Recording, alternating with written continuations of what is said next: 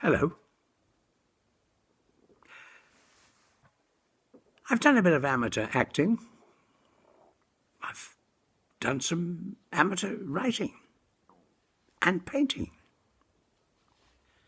But I have never broadcast. And inspired by the wonderful concert we had last night on the old Connaught House website, I decided to see how I could do at making a little broadcast myself. I'm going to read you the opening few paragraphs of a book I'm currently writing. The setting is in Wickham House, Rodine Road, Brighton.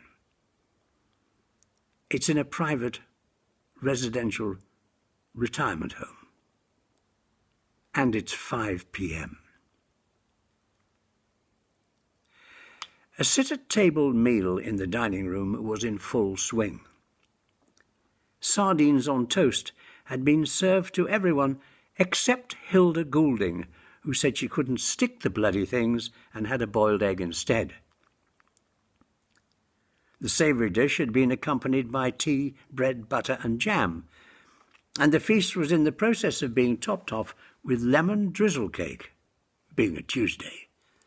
On Wednesdays, a raspberry jam and cream sponge would have been served, and, had it been Thursday, it would have been chocolate eclairs.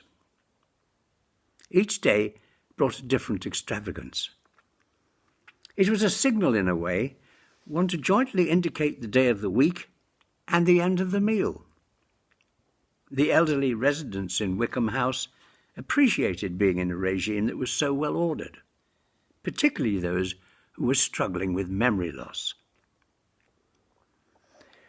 All round, it had been a fairly normal day up until then, one mostly of boredom for those whose mental faculties continued to function, one of irritation for those who were struggling to accept their independence had really gone,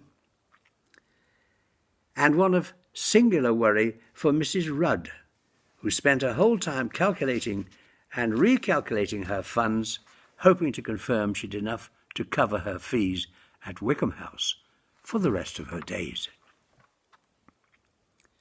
Susie Knight, one of the 3 retired nurses who worked there as superintendents, came in to see if everything was all right, just as the lemon drizzle cake was being handed round.